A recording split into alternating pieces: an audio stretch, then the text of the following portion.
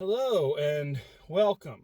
Well, I'm going to try my best to avoid that cliche line that everyone's been saying. I heard it so many times New Year's Eve. This year has been difficult. We know we were all there, folks. But here we are on the other side of 2020. It sure as hell didn't go down easy. Like any good movie monster, it's not going down without a fight, and we're still feeling some of the residuals of it.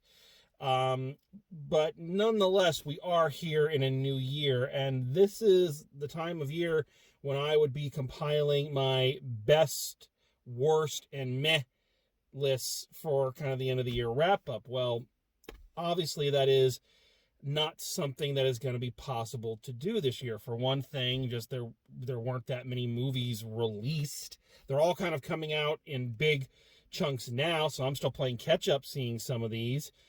And let's be honest, the ones that I have seen for the most part it was not a banner year at the movies for the movies that were out there. So I don't have enough to fill up 3 different lists. Even if I condensed it down to like 5 films, I don't have enough, except in the worst category.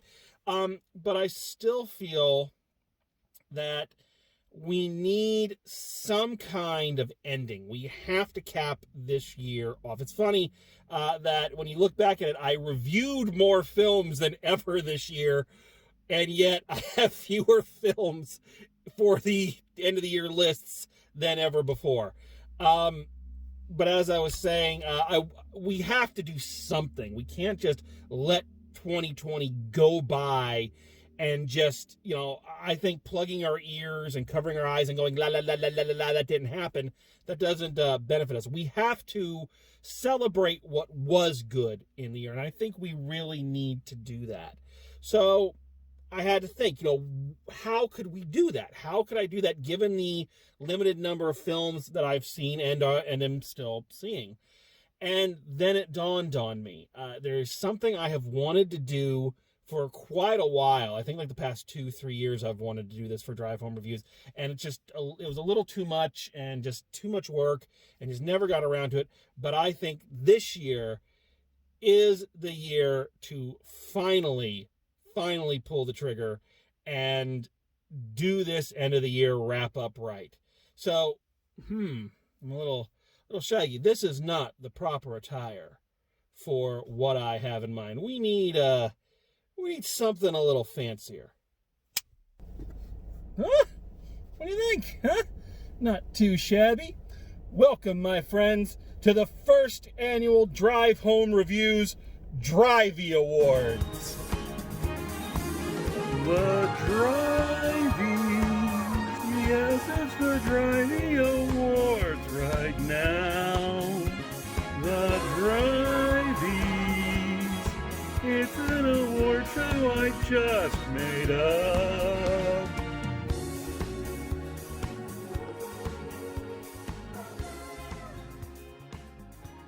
Yes, the Drivie Awards, here at this prestigious red carpet, star-studded 2-video event. We will take a look back at the films that we were able to review during the year 2020 and hand out the awards for the best and the not-so-best. We'll have all the traditional awards: Best Actor, Best Actress, Best Supporting Actor and Actress, Best Director, Best Film, Best Ensemble. But first, we're going to start things out with some specialty awards. Not every film is going to win the big statue, but certain films have elements of them that deserve to be pointed out and deserve to be recognized for either what they achieved or how badly they failed. So, join me for the Drivie Awards. We're going to start out by taking a look at one of the most time-honored traditions of the film industry, the couple. The romantic couple in any film can make or break an audience's connection. So here, our first award of the first ever Drivies, we will take a look at the best on-screen couple. And the Drivie goes to Macy Williams and Blue Hunt for The New Mutants. I have to give the creators of this film all the credit in the world for doing this. Putting a new relationship that was not in the source material is always tricky. Creating a same-sex relationship from two characters that were not gay in the comics is almost a death trap because, as we know, comic fans are, shall we say, not the most receptive to new ideas. But the tender, very realistic, and very grounded relationship between Maisie Williams and Blue Hunt helped create an emotional focal point for the rest of the movie. A so-so affair, but due to this on-screen relationship, I think it elevated the entire film. But you know, not every couple on screen has to be a romantic couple. Sometimes some of the most wonderful relationships in cinema have been between two friends. And I think we need to recognize that with our next award, the Best Buddy Team. And the Drivie goes to Anthony Mackie and Samuel L. Jackson for The Banker. Yes, Falcon and Nick Fury. We don't get a lot of them together in the MCU, but in this picture, they have a chemistry that just can't be matched. They have a wonderful combination of Anthony Mackie as the more straight-laced, with Samuel L. Jackson being the much cooler, laid-back, and hip character. They play off each other so well and form a wonderful partnership and friendship that makes the audience believe in these characters and makes them want to see them succeed despite the obstacles. A very difficult thing to do these days.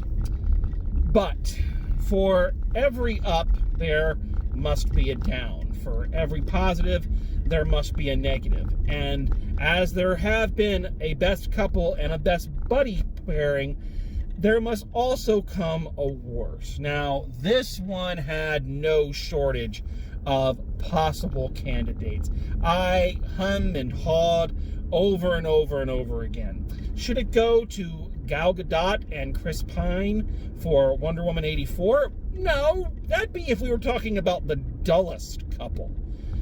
Should it go to Jessica Chastain and Common for Ava? No, that's if we were going for the couple with the least amount of on-screen chemistry. What we're talking about here is the absolute worst couple on screen in 2020. And for that, by a landslide, we must give this award to this next recipient. And the Drivie goes to Will Ferrell and Julia Louis-Dreyfus for Downhill. As I said, there were duller couples, there were more awkward couples, there were couples with less on-screen chemistry, but these two characters were just two of the worst human beings ever to grace a screen. It made watching that movie a painful experience and one of the worst I had in 2020. You think about that. But let's get away from the negative and let's get back to the positive. You know what I love more than anything? I love a good action scene. Now, as we're going to see a trend throughout these awards, we didn't get any Marvel films this year. And as a result, some of these categories that would normally be shoo-in for Marvel members of the MCU are going to have to go to some other sources. Now, we had plenty of action films this year, and some of them had very good fight scenes in them. The backwards fight scenes in Tenet, revolutionary. The hand-to-hand combat in Ava, very well staged and well thought out. But because we had no connection to any of those characters or had no fucking clue what was going on in context of the action scenes, no matter how well staged or well thought out they were, they just don't connect. So, if you can't give it to one of the most original or well choreographed, we must give this award to at least the most batshit insane action film this year. And I mean that literally. And the Drivie for best action scene goes to the climactic battle from Shadow in the Clouds. Yeah. Okay, so it's not revolutionary like the backwards fight scenes in Tenet. It's not well choreographed like the hand-to-hand in Ava. But I'm telling you right now, from the second Chloe Grace Moretz climbed out on the wing of a World War II bomber plane in flight, crawling upside down, then going into the plane, falling out of it, having the explosion from another plane force her back up into it, the crash landing, all of it culminating with a hand-to-hand combat with a fucking bat monster? Sorry, folks, that is candy to me. I loved every minute of that insanity, and it was some of the most fun I had watching a movie this year. And this is a good segue to our next award. For every action film, for every adventure story, we have to have a hero. The hero is the person we follow. It's the one we root for. It's the one we want to see come out on top in the end. Again, we had slim pickings this year, but luckily for us, somebody stepped up from the most quiet of places to claim the mantle of the best hero of 2020. And the Drivie goes to Chloe Grace Moretz for Shadow in the Clouds. We had a lot of action movies this year, and a lot of female-led action films this year, which is always great for representation. Sadly, a lot of those films, from Ava to Mulan to Wonder Woman 84, all fell flat. But this tiny little film, this completely unknown little film, gave us one of the most determined, one of the most every woman heroes you could ever find. We see a clear character arc, and we see her buck up and push forward by sheer grit and determination. And that is why she is the best hero of 2020. Aside from, of course, Biden. But Biden would not be very good without a Trump, would he? For every angel that walks among us, there must be a devil. And for every great hero, there must be a villain. The villain can sometimes be the most memorable part of any cinematic endeavor. And so we must honor the best villain of 2020. And the Drivie goes to Jim Carrey for Sonic the Hedgehog. I know. It's not the most perfect performance in the world. And again, if we had been lucky enough to have a Marvel film, I'm sure one of their villains could have easily taken this award. That being said, as a child of the 90s, it gave my heart a great deal of joy to see Jim Carrey at his very Jim Carreyest, chewing the scenery and flossing with the props and playing one of, if not most diabolical villains of all time, at least one of the most energetic. But, Sonic the Hedgehog is just the latest in recycled ideas that are just being redone and revamped. Every year it seems like we get more revamps, reboots, reimaginings, and revisits. Original ideas seem to be at an all-time low, while we dredge the bottom of the barrel to make sure that everything we put out there has name recognition and a brand identity. And let's be honest, so many of these films suck. So we must, again, look at the downside of the cinematic year and give an award for the worst remake, reboot, reimagining, or revisiting. And the Drivie goes to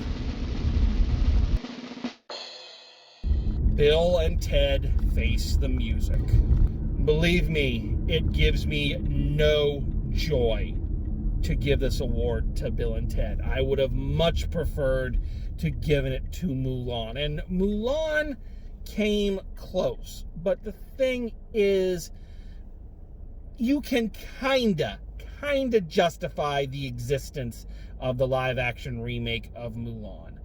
I have no reason for this third installment of a series that was popular and enjoyable in the 80s and 90s, but revisiting these characters however many years later in a story that is flat, dull, seems small in comparison to their past adventures, where we see no character growth from our two leads, and the only new additions to the cast are two people doing really bad Bill and Ted impressions.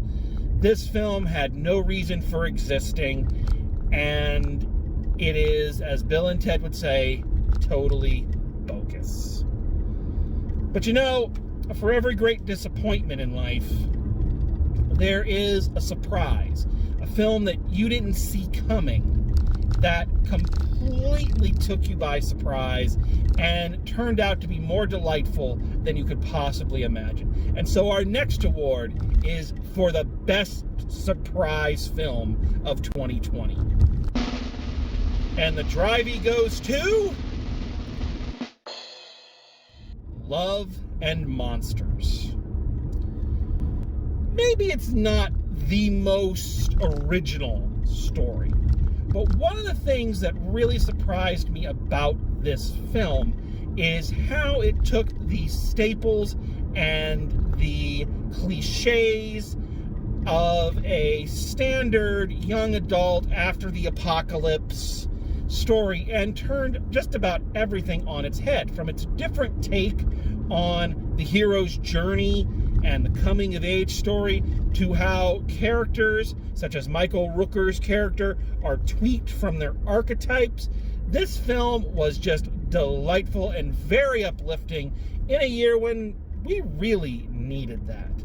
And most of all, this film was humble about its own existence. Not every film is so lucky. Some films are downright pompous and wholly self-satisfied in their own existence. And for that, we must give a special award for the most pompous movie of 2020. And the Drivie goes to Tenet. Now, I have to say again that the direction of this film, the staging of this movie, the director's preference for using practical effects as opposed to overdone CGI, love everything about it. But this movie is so far up its own ass. It really believes that it is some revolution in filmmaking, when in fact, yes, it has some interesting moments, but it is so overly complicated, confusing, and disconnected from anything even remotely resembling human emotion or behavior that it makes the entire enterprise just feel bloated. Add on to that the external factor of its director, Christopher Nolan, demanding that this film be released in theaters during the global pandemic because it was the only way people could appreciate his precious film vision. Sorry, buddy. You're good, but you're not that fucking good. You know, as I grow older, I tend to enjoy the occasional true life story, the tales of what's going on around us. And since I have a girlfriend who is very into documentaries, it means I too tend to enjoy the odd documentary. And so that brings us to our next award, the best documentary of 2020.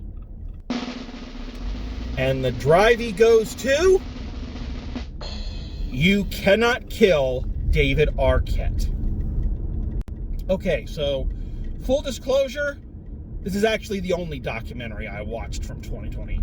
So it kind of wins it regardless. But that being said, this is still a really good story. It's got everything I love: pro wrestling and an uplifting tale, as David Arquette tries to pull himself out of the drug and drinking-induced coma he's been in for years and redeem himself not only in his own eyes, but in the eyes of wrestling fans everywhere.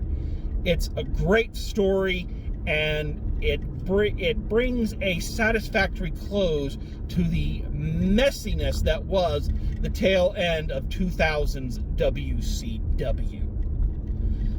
You know, one of the things that I am always criticized for is that I just don't cry at the same movies that other people cry at. I have never welled up at a Pixar movie. The first 10 minutes of Up didn't really touch me at all. But that's not to say that I have a heart of stone. I can be moved and I can be touched, and I can feel sorrow and weep openly at films. This year especially, it seemed like there was a lot to cry about. But one film in particular really hit home. And so now we give out the inaugural award for the most heartbreaking movie of 2020. And the Drivie goes to Song of Names. Probably didn't hear this one, did you? Probably have never ever heard the name. But let me tell you something. This story will make you weep. The Song of Names of the title refers to the way that Jewish members, or Jewish prisoners, I should say, in concentration camps would sneak the names of all those who were lost in those concentration camps out by making them the lyrics to a song. And in one scene in particular, when one of our protagonists, who has been searching for the fate of his family from Poland for years, finally comes to a place and hears the Song of Names and hears the names of his family being sung back to him, meaning that they were lost in the concentration camp. It is one of the most devastating scenes I can remember, and I cried hard at that one. I also have to give a special shout out to the violin piece that was composed to accompany the Song of Names. If I gave out an award for best music or best song, this would probably be the winner, as it is a heartbreaking violin solo, and one of those moments that is just insanely powerful. So we now come to the end of our first night of the Drivies, but to cap us off, we have a special award to give out. Now, in a normal year, as I mentioned way back at the beginning of this video, I would have done my top 10 best, top 10 meh, and top 10 worst films of the year. And while I do believe that we need to end this year on a positive, I can't let some of these bad films go. You've heard me discuss them here. Things like Downhill, or Tenet, Wonder Woman 84, Ava, Bill and Ted Face the Music. There was just a lot of bad and disappointing films this year. And so to cap off this first night of the Drivie Awards, we will give out the award for the absolute worst movie of 2020. And the Drivie goes to Birds of Prey. I've seen worse movies in my life. I've seen more objectionable films. I've seen more insulting films. But this film has got to be one of the most obnoxious movies I have ever had the displeasure of sitting through. First of all, let's be clear about this. Harley Quinn has gone from being one of the most interesting and emotionally different characters that the Batman franchise in DC Comics has ever turned out to one of the most overexposed and and misunderstood characters of all time. People dressing up like her in these sexy outfits for Halloween. And this is an abuse victim. That was what made her so tragic. Yes, she was being goofy and funny and, doing the Joker thing, but she was an abuse victim. Like, severe physical and emotional abuse. And the fact that this film takes what is one of the best characters to come out of Batman the Animated Series and turned her into this obnoxious joke. Now, I understand that DC is always trying to overcorrect, and I understand, especially from critics like me, that they can't seem to catch a break. Because you're either complaining that the stories are too dark or that they're too stupid. And they can't seem to find the middle ground that Marvel seems to have the secret formula for. But this film is just, it misses the point so completely. I've said this before as well, and I know I'm alone here, but I truly believe Margot Robbie is one of the most overrated actors working today. I have never seen her in anything she was even remotely good in, and her irritating, high-pitched Brooklyn accent for an entire film, I wanted to gouge my ears out. And on top of that, this movie not only dragged Harley Quinn down, it dragged down not one, not two, not three, but 4 other exceptional DC characters, any of whom could have made a wonderful solo franchise for Warner Brothers. But no, it sacrificed them up for cheap jokes, disgusting action scenes, and just, again, I'm sorry, I'm using the same word over and over again, just the most obnoxious characters in history. Look, Drew and Dudley were so disgusted they fell off of their seat. So, for these reasons and so many more, Birds of Prey is the worst movie of 2020. But don't despair, friends. As I said, this is a prestigious, star-studded, red carpet 2 video event. We've talked about the negative. We've gone down there. We've acknowledged it. But now we are going to end 2020 on a positive note, and we are going to take a look at the very best in performances and film for 2020. So come back next time, and as always, drive safe, and I will see you at the movies.